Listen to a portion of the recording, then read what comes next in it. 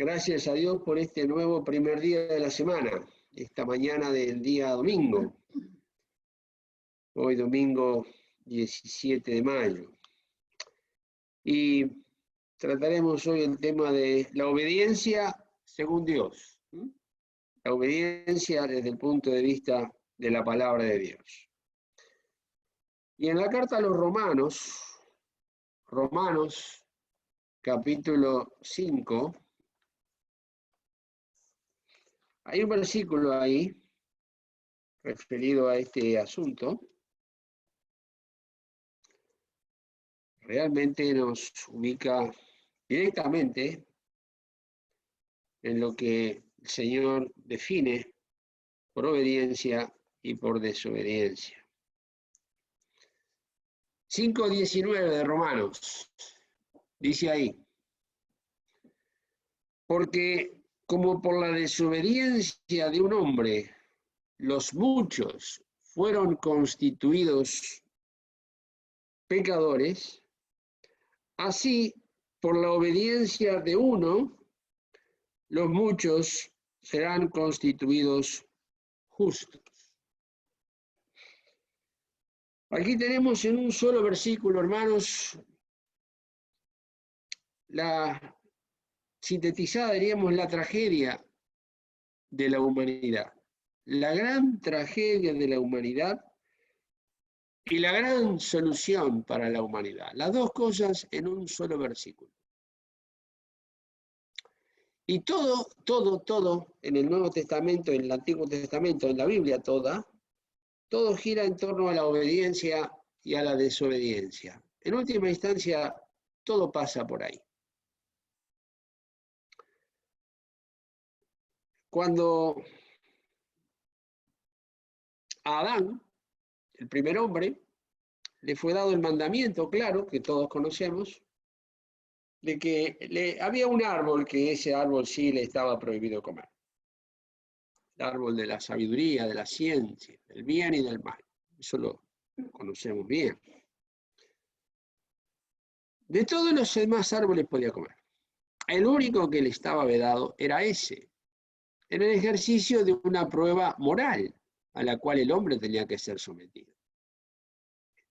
Dios hizo al hombre con voluntad propia, con la capacidad de elegir, con la capacidad de obedecer y de desobedecer. Si no fuera así, la obra de Dios no sería perfecta.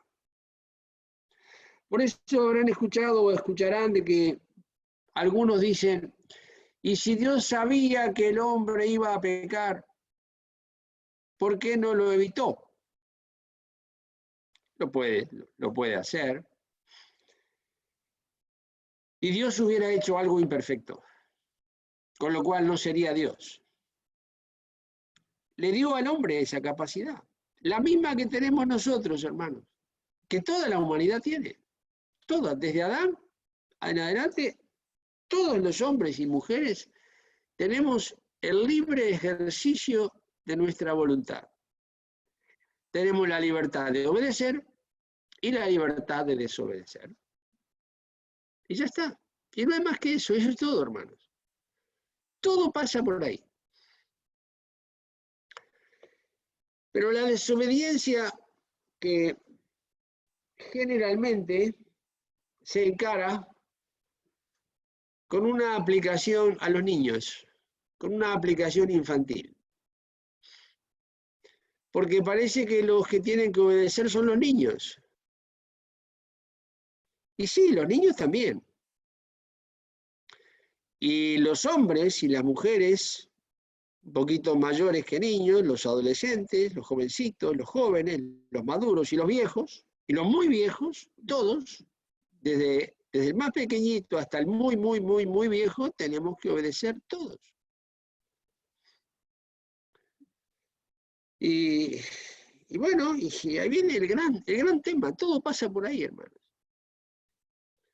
Y aquella desobediencia que los hombres hoy minimizamos, porque a veces calificamos la obediencia y la desobediencia como decimos, una pequeña desobediencia. Bueno, Y entonces automáticamente decimos, pero esto no es tan grave. Hay cosas peores. Pero esa calificación la ponemos nosotros, la pone el hombre. No hay desobediencia más o menos, más grande o más pequeña, más grave o menos grave. No existe eso. Eso es una forma de medir del hombre. Porque si el problema del Edén, si de la desobediencia de aquel hombre, Adán, porque dice que en Adán todos mueren, si aquella desobediencia del hombre hubiera sucedido hoy, en el siglo XXI, en cualquiera de las calles de cualquier ciudad, se diría, bueno, ¿qué pasó? No fue tan grave. Dijo que no comiera y comió. Bueno, no es tan grave, hay cosas peores. Matar a alguien es mucho peor. Sí. Desde el punto de vista humano, sí. Desde el punto de vista de Dios, no. Por la desobediencia de un hombre. No dice por las desobediencias. Dice por la desobediencia singular de un hombre. Como le dice acá, el verso 19 que leímos. Porque como por la desobediencia de un hombre, los muchos fueron constituidos pecadores. Aquí está el gran tema. La desobediencia de uno corre como un sendero de pólvora y enciende todo el resto de la creación. Por la desobediencia de un hombre, los muchos, y muchos, según Dios, equivale a todos. Los muchos, muchos. ¿Cuál es la población mundial desde Adán hasta hoy? Solo Dios lo sabe. Solo Dios. El número exacto. Hasta hoy. Y hasta hoy y hasta ahora, porque en media hora nace otro niño más y ya automáticamente la cifra ha variado. Todos, los muchos, fueron constituidos pecadores. Y este problema que los hombres minimizamos, este problema, para resolverlo, tuvo que Dios mismo involucrarse y Dios mismo hacerse hombre. Porque no había otra forma de resolver este problema. Esto llevaba a toda la humanidad a condenación. Porque en Adán todos mueren. Y esto que los hombres, digo, minimizamos, le costó la vida al Hijo de Dios. Lo sabemos, claro que sí. Pero hay que enfocar esto desde el punto de vista de Dios, hermanos. Y desde el punto de vista del hombre, que bueno, es una desobediencia, no es para tanto, desde el punto de vista del hombre. Desde el punto de vista de Dios, tiene un volumen esto, una importancia, una gravedad tal, que fue necesario que el Verbo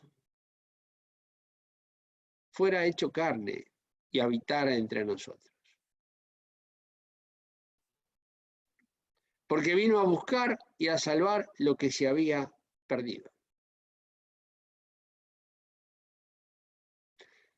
No dice vino a buscar y a salvar a los que se habían perdido, dice a lo que se había perdido.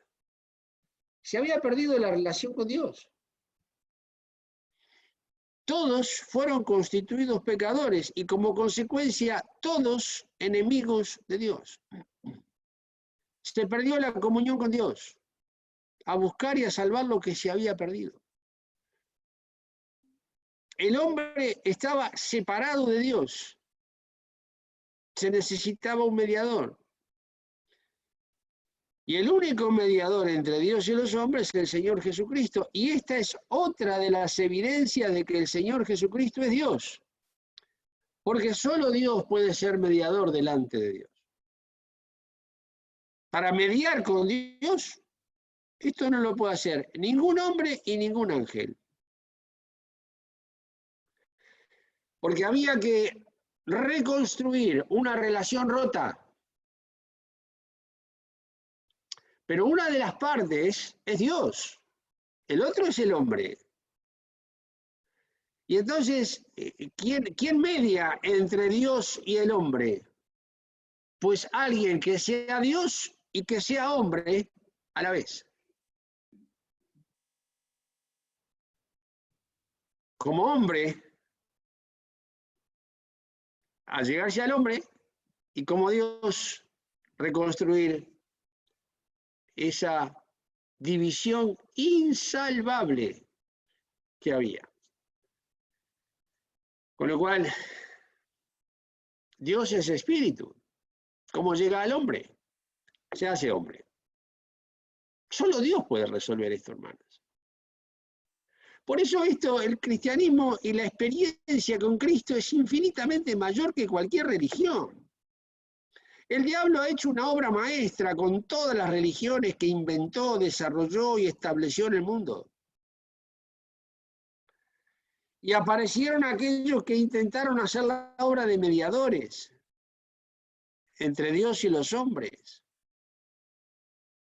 Imposible. Fuera de Jesucristo, imposible. Nadie. Y si alguien lo intenta es un engaño y es un engañador. Es un engaño la obra que hace y es un engañador el que tome ese lugar. ¿Quién puede tomar el lugar de Jesucristo? ¿Quién se puede presentar como el vicario de Cristo? Tomando el lugar de Jesucristo. Para llevar al hombre a Dios. Alguien que no sea Dios y alguien que no sea hombre a la vez. Solo uno cumple con esas condiciones.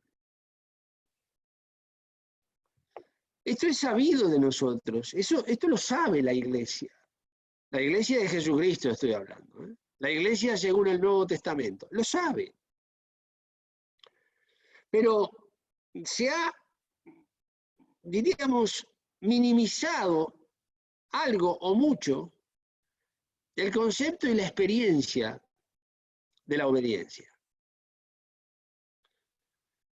Nadie es obediente en su cabeza.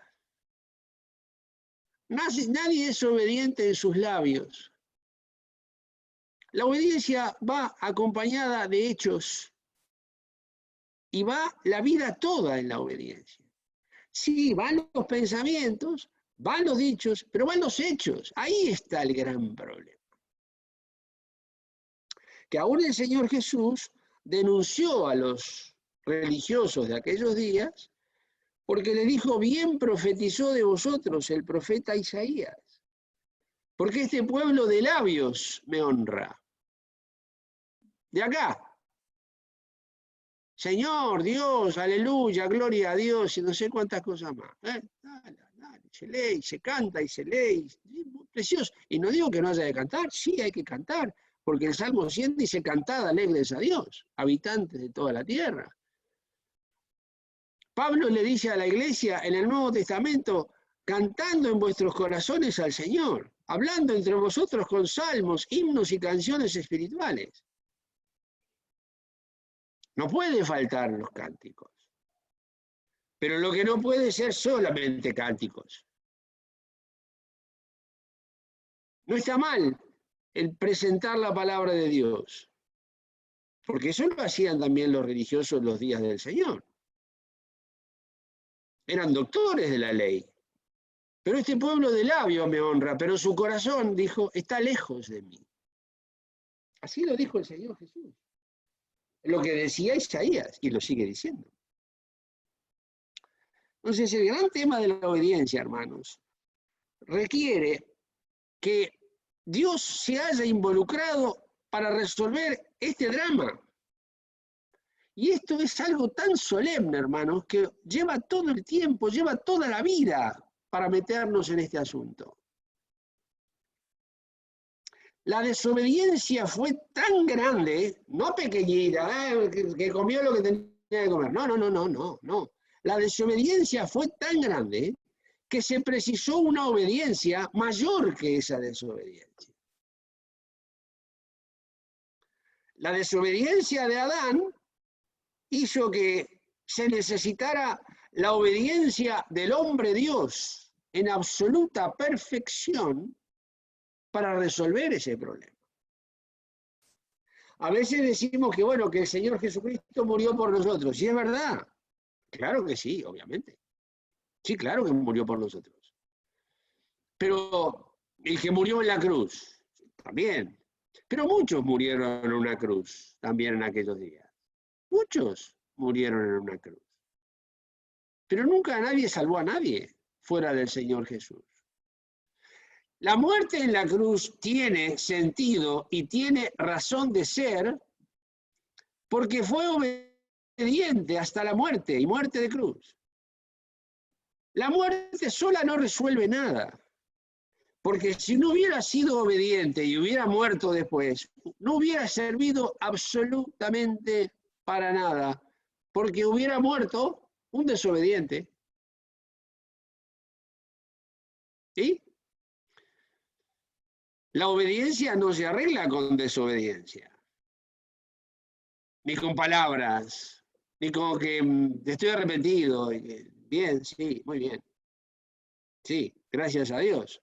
El arrepentimiento para con Dios y la fe en Jesucristo tiene razón de ser porque Él fue obediente. Ahí está el punto. Toda la obra de la redención descansa sobre la obediencia del Señor Jesucristo. ¿Nació sin pecado? Claro. Claro que nació sin pecado. No fue engendrado por José. No, no era hijo de José. El Espíritu Santo engendró en María el cuerpo en el cual el Verbo fue hecho carne. Importantísimo eso, y si no, tampoco sirve nada. Pero eso solo no alcanza, porque después necesitamos toda la vida en obediencia y sin pecado. O la cruz no hubiera servido absolutamente para nada. Aquí está el tema, hermanos. Por la desobediencia de un hombre los muchos fueron constituidos pecadores. Sí, pero así, dice, por la obediencia de uno, el Señor Jesús, los muchos serán constituidos justos. Uno hace que muchos sean constituidos pecadores. Uno, un desobediente, muchos pecadores. Un obediente, muchos justos. Y esta es la esencia de la redención. Esto cae todo. No tiene nada sentido. Sería una religión más con, bueno, seguidores de un gran enseñador, un gran maestro que hubiera sido el Señor Jesús, y bueno, sí, una vida ejemplar, una vida sacrificada, una vida entregada, una vida martirizada por muchos, pero que no nos llevaría a ningún lado y no nos sacaría del infierno. Porque la piedra de toque, la piedra basal, es la obediencia. Y no hay más, hermano. No hay más que esto, nada menos tampoco. Como si esto fuera poco, en esta misma carta a los Romanos, en el capítulo 6, en el verso 16, el apóstol hace algunas preguntas.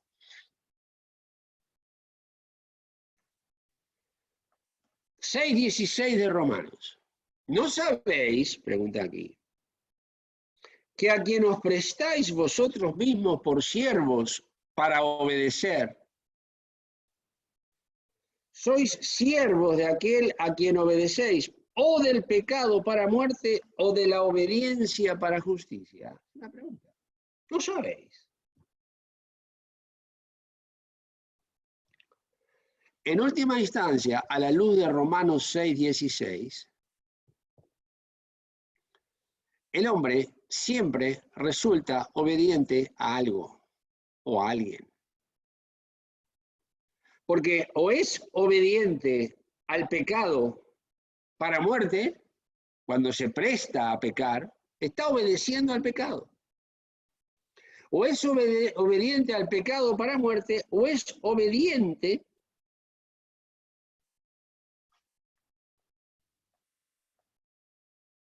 para justicia. A quien os prestáis vosotros mismos, cuando alguien se presta a algo, siempre se está prestando en obediencia a una fuente de justicia o a una fuente de muerte. El hombre no es libre, ese es el gran engaño que el hombre cree. El hombre fue hecho libre, sin lugar a ninguna duda. Pero la desobediencia lo metió en una de la cual hoy somos salvos por gracia, por la obediencia de otro, el Señor Jesús. Y esa obediencia nos es imputada a justicia a nosotros. Pero hasta el día que nos vayamos al cielo, tenemos en nosotros el germen de la desobediencia. Y ahí es donde entra la voluntad. Donde voluntariamente o nos prestamos, porque dice acá, prestáis, no sabéis que a quien os prestáis vosotros mismos por siervos, para obedecer. Con lo cual el hombre que por ahí anda proclamando su libertad, que yo soy libre, que yo no dependo de nadie, que yo hago lo que quiero, que a mí nadie me impone nada, que ese falso concepto de libertad que el hombre se imaginó durante los siglos, no existe. No existe. El hombre se presta como siervo para obedecer, para justicia, o obedece al pecado para muerte, pero obedece siempre. Con lo cual, la libertad que el hombre proclama, su propia libertad, es una ficción, para decirlo delicadamente, pero para decirlo en toda su crudeza, es mentira. Se engaña a sí mismo.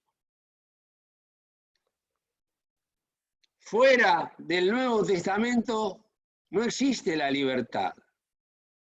La Biblia hace referencia a la libertad gloriosa de los hijos de Dios. Y el mismo Señor Jesús, en el Evangelio de Juan, en el capítulo 8, dice algo más. Dice, si el Hijo os libertare, seréis verdaderamente libres. En Juan 8:36. Verdaderamente libres, con lo cual se puede ser libre, pero no verdaderamente. Y si no es verdaderamente, hay una mezcla de lo que no es verdadero, que se llama engaño. Pues aquí está el asunto, hermanos. Aquí está el asunto de la libertad con que Cristo nos hizo libres para servirle, no por fuerza, sino por amor.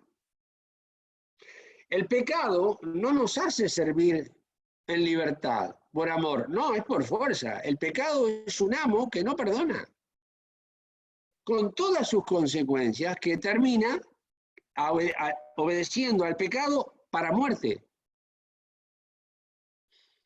En la separación de Dios. Aún como creyente estoy hablando ahora acá, cuidado. Porque somos salvos por gracia, pero tenemos comunión con Dios por la obediencia. Ahí está la diferencia. Menos mal que somos salvos por gracia. Si tuviéramos que ir al cielo por obediencia, no va nadie. Nadie. No se salva nadie. Por eso la salvación es por gracia. Por gracia sois salvos. Y como esto es agradable, generalmente uno se queda en este terreno. Ay, somos salvos, somos hijos de Dios, somos salvos por la gracia, vamos al cielo. Y es verdad. Es verdad. Pero si se pierde de vista la segunda etapa y ahora como hijos, la obediencia no se instaura y no se instala por la vía de el amor, por la vía de la presentación a Dios, como la propia Escritura nos lo presenta en este capítulo 6 también. En el versículo 12, 6:12, de Romanos, dice, no reine pues el pecado en vuestro cuerpo mortal, para que le obedezcáis en sus concupiscencias. Aquí está la obediencia al pecado. No reine. Con lo cual, si el pecado reina, acá de libertad nada, ¿eh? Nada, porque el pecado reina y subyuga. El pecado reina y no perdona. El pecado reina y es como esos perros que muerden y no sueltan. Y después que mordieron no abre más la boca. Para abrir la boca a una bestia de esas hay que tomar medidas muy drásticas. Porque no suelta más. El pecado es igual. Si reina, se acabó. Después podemos ir a cualquier lado y hacer lo que querramos, pero con la bestia prendida en nosotros, ¿eh? Con lo cual, ¿dónde está la libertad? Pero además dice, en el verso 13, ni tampoco presentéis vuestros miembros al pecado por instrumentos de iniquidad, en el verso 13, tampoco presentéis vuestros miembros al pecado por instrumentos de iniquidad. Antes, presentaos a Dios como vivos de los muertos y vuestros miembros a Dios por instrumentos de justicia. Aquí está. Las dos opciones de presentación, al pecado o a Dios, y no hay más, hermanos, no hay otra opción, no hay tres, son solo dos según el Nuevo Testamento. Aquí no hay matices de mayor o menor libertad o iniciativa o creatividad. Acá o alguien se presenta al pecado o se presenta a Dios. Es lo que enseña el Nuevo Testamento. Entonces, después hace la pregunta que vimos en el 16. ¿No sabéis? Claro que sabéis. ¿No sabéis? Le dice a los romanos. ¿No sabéis esto? Sí. Sí. Pero en el 17 dicen, pero gracias a Dios que aunque fuisteis siervos del pecado, habéis obedecido de corazón a aquella forma de doctrina a la cual sois entregados, y libertados del pecado, sois hechos siervos de la justicia. Siervos del pecado o siervos de la justicia, y no hay más posibilidades. Estamos en un lado o estamos en el otro. Y esto se lo escribe a una iglesia, a la iglesia en Roma. Es decir que como hijos de Dios, somos salvos, porque por eso somos hijos de Dios, por gracia somos salvos, el Espíritu Santo mora en nosotros, ¿vamos a ir al cielo? Claro que sí, por gracia. Porque hubo uno que obedeció por mí, para que yo sea salvo. Pero ahora, esa obediencia que fue hecha por mí requiere otra obediencia mía, en donde yo por amor tengo que elegir a quién me presento. Si al pecado del cual el Señor me libró, y eso es una miseria humana, porque me presento a aquel del cual el Señor Jesús me libró. Me hago siervo de aquel del cual el Señor Jesús me libró con su muerte.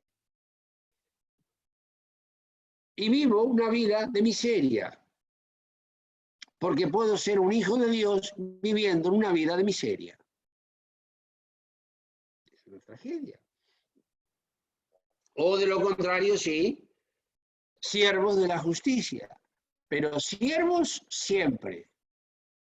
Siervos por amor, en donde les sirvo por amor y Él me hace verdaderamente libre. Libre de todo lo que contradice la palabra de Dios y todo lo que contradice la voluntad de Dios. Me libera de la concupiscencia, que es ese deseo enorme de siempre querer hacer lo que a mí me agrada. Eso es concupiscencia. Lo que a mí me agrada primero. Después, lo que a mí me agrada. Y si queda algo, es para mí. Y que nadie me vaya a contradecir, porque me ofendo. Mi voluntad siempre, la del otro, vamos a ver.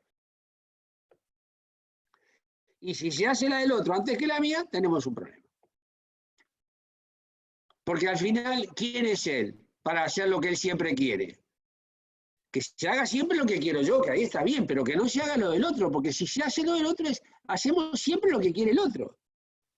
¿Qué se debería hacer? Siempre lo que quiero yo, ahí está. ¿Ahí está? Y entonces somos esclavos del pecado, esclavizamos a todos los que tenemos al lado, porque nadie sabe cómo tratarnos. Pasamos a ser intratables. Pasamos a ser de que nadie sabe cómo nos va a hablar. Si nos dicen, si no nos dicen, no sé, si vamos, si no vamos, si miramos, si no miramos, un problema enorme. ¿Por qué? Y porque soy siervo del pecado y soy esclavo de mi concupiscencia. Mi, yo, mío, yo y mío y yo. Y esto hasta que nos vayamos al cielo. Entonces, veo una vida de desobediencia en donde no hay forma de tener una vida cristiana según el Nuevo Testamento. Se vive la contradicción de un cristiano que al mundo no le sirve porque no, claro, es como se va a ir al mundo si es cristiano. Entonces al mundo no va. Y al mundo dice, este no me sirve. Pero tampoco va al Señor en obediencia, con lo cual tampoco puede, ni sirve al Señor ni sirve al mundo. No le sirve ni a uno ni al otro. Por eso Josué le dijo al pueblo de Israel, escogeos hoy a quien sirváis, dijo Josué. A ver, escojan hoy a quién van a servir. Si Jehová es Dios, servirle. Y si no, bueno, seguid a los dioses que siguieron vuestros padres cuando estaban de la otra parte del Jordán, cuando eran idólatras. Pero escoged hoy a quien sirváis, dijo Josué, que yo y mi casa serviremos a Jehová. Ahí está un hombre decidido. Un hombre que fijó su posición y dijo, vamos a servir a Dios. ¿Es un siervo de Dios? Sí, con todo lo que eso implica. Otro dice, ay, no, a mí que no me vengan esas cosas, porque yo al final, ¿qué voy a ser un esclavo de esas cosas? No, de esas cosas no, serás esclavo de otras. ¿De cuál quieres ser esclavo? Que el pecado te lleve de arrastro, con vicios, costumbres, el yo, mi punto de vista, yo, mi casa, yo, lo mío, yo. Y no, de eso no se puede librar, Nadie sale solo de esa situación. Queda esclavo. Y queda esclavo de una constante determinación y dependencia del yo. Y todo aquello que no satisface al yo le lleva a una grande crisis emocional, de histeria, de decepción, que entra en pozos depresivos, porque no se acordaron de él, porque no hicieron como a él o como a ella le gustaba. Y entonces hace esclavo a todos los que le rodean. Hermanos, tenemos esta situación así, en donde no hay otra opción. Y además de esto, como si fuera poco, para ir terminando, tenemos en la carta a los Hebreos, en el capítulo 5, Hebreos 5, el versículo 8, Hebreos 5.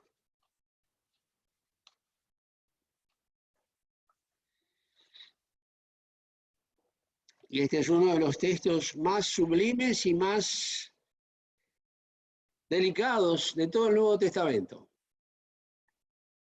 5:8 de Hebreos dice, y aunque era hijo, con mayúscula, hablando del Señor Jesús, por lo que padeció, aprendió la obediencia. Inmediatamente surge la pregunta, pero ¿cómo? ¿Si aprendió la obediencia que era desobediente antes?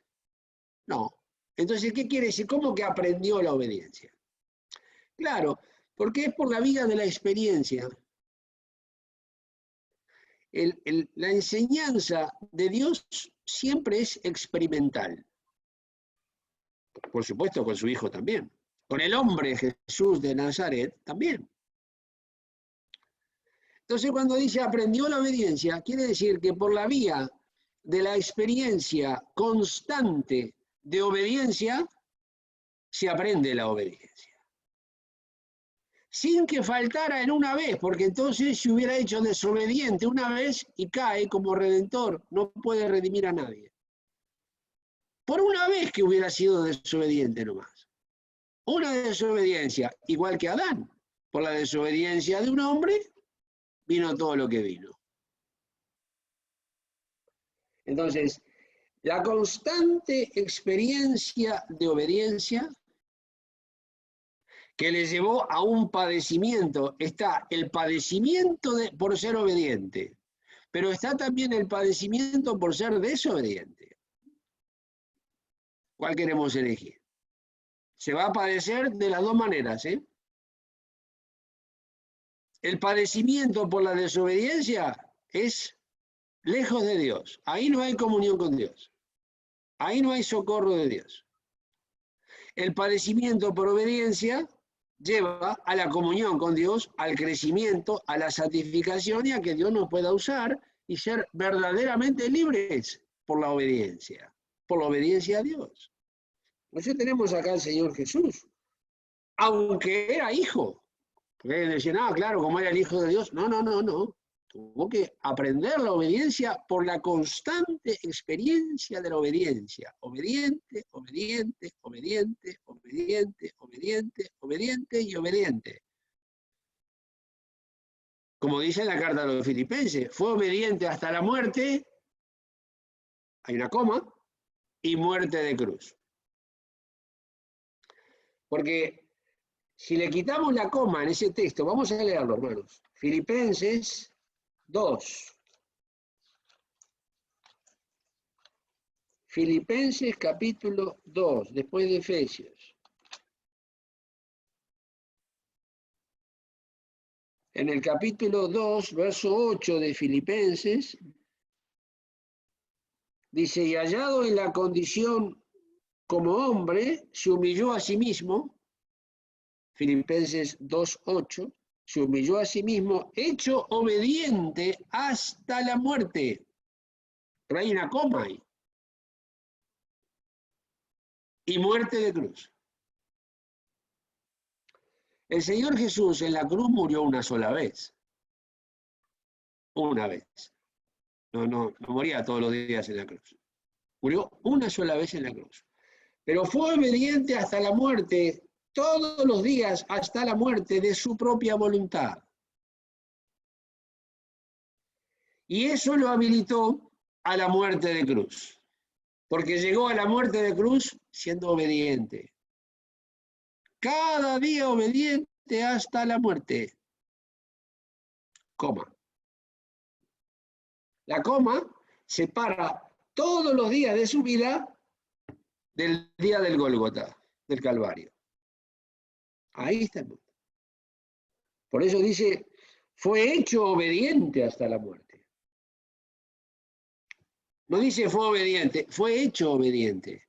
Por la vía repetitiva y reiterativa de la obediencia constante de cada momento, de cada día de su vida. Y eso, la experiencia lo lleva a aprender la obediencia, no porque fuera desobediente, sino porque necesita el hombre Jesús de Nazaret ser enseñado en la obediencia de esa manera, porque me tiene que ayudar a mí después. Y él tiene que vivir la experiencia, porque si no, no me puede ayudar. Él fue tentado en todo conforme a nuestra semejanza, pero sin pecado. Porque si él hubiera sido obediente así, sin ningún problema y sin ningún esfuerzo, bueno, ¿cómo me ayuda a mí? No conocería lo que es la experiencia dolorosa de la muerte cada día. Por eso decía el apóstol Pablo, cada día muero, decía el apóstol Pablo. Lo tomamos de acá. Cada día muero a su voluntad. Él tenía voluntad, el Señor Jesús. Igual que nosotros, tenía voluntad, sin pecado, claro, pero tenía voluntad. ¿Cómo no? Pero también dijo, no he descendido del cielo para hacer mi voluntad, sino la voluntad del que me envió. Y entonces, desde niño, el niño Jesús de Nazaret tiene que aprender obediencia. repito, que nadie me malentienda, no por ser desobediente, sino porque tiene que aprender la obediencia con el correspondiente dolor de la obediencia. Por eso dice que fue consumado por aflicciones, fue completado, fue hecho perfecto por aflicciones. El autor de la salud nuestra. Pues, hermanos, es un asunto que cuanto antes tengamos conciencia de esto, o mayor conciencia de esto, y podamos instituir los medios que hay en la palabra para la obediencia, porque naturalmente somos desobedientes. Para ser desobedientes no hay que hacer ningún esfuerzo. Es sencillísimo. Simplemente hay que darle rienda suelta a lo que uno piensa y ya está. Lo que piensa, lo que siente, lo que desea, lo que quiere, lo que añora. Ya está, ya es desobediente. Lo contrario sí, la cuesta arriba es grande. Pero en Cristo, en Cristo, todo lo puedo en Cristo. Y ahí está, el que aprendió la obediencia, me la puede enseñar. Porque si no sería maestro, pero sin autoridad para enseñar en eso, porque ahí en eso él no habría sido formado. Y no me puede socorrer cuando soy tentado, porque no gustó esa experiencia. Pero no es el caso, sí que la gustó, sí que la gustó. Y eso le hace llegar a la cruz apto para morir por mí. Si no, no tiene ningún sentido. Podía ir a la cruz o no, era lo mismo. No sirve para nada. Hubiera sido un sufrimiento totalmente inútil, sin ninguna consecuencia para vida eterna. Preparémonos, hermanos, porque ¿saben qué pasa? Vienen momentos y días difíciles, ¿eh? No soy un profeta de malos presagios. No, lo digo porque la Escritura lo establece. Vienen los días difíciles, previos al arrebatamiento de la iglesia. La fe de los justos ha de ser probada, ya lo dice desde la antigüedad. Pedro toma esa enseñanza y la dice en la primera carta, para que la prueba de vuestra fe, mucho más preciosa que el oro, el cual perece, aunque sea probado por fuego, que la fe sea hallada en alabanza, en gloria y en honra cuando el Señor Jesús sea manifestado. Pero habla de la prueba de vuestra fe. Que no nos encuentre la prueba de la fe en desobediencia, porque la vamos a pasar muy, pero muy mal. Muy mal. No está en el hombre revertir la situación mundial, porque ni puede ni quiere. No puede. Y si pudiera, no querría. Porque está esclavo de pecado. No tiene la capacidad de obrar bien. Por eso, dice la Escritura que los engañadores irán de mal en peor, engañando y siendo engañados. Pero cuando llegue el momento de crisis, hermanos, y alguien diría, ¿más? Yo creo que sí. Creo que sí, porque todas las condiciones están dadas para que los desajustes en todos los órdenes se sigan cumpliendo, la maldad siga avanzando y se siga instaurando todo el proceso necesario para el arrebatamiento de la iglesia. Entonces, cuando lleguen los momentos difíciles, o más difíciles, que nos encuentre en el único lugar y en la única condición donde hay garantía total, en Cristo, en obediencia. Edificando cada día la casa sobre la peña. Porque alguien piensa que eso se hace el día que uno cree. No, eso es cada día.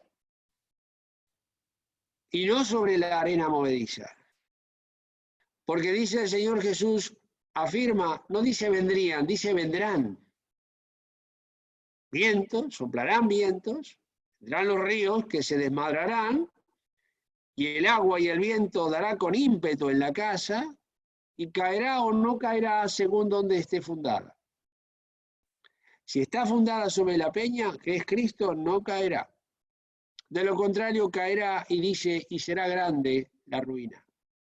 No está hablando de la salvación solo, porque esto vale para los hijos de Dios. Claro que el que está sin Cristo viene de una ruina, pero es una ruina eterna, de condenación eterna.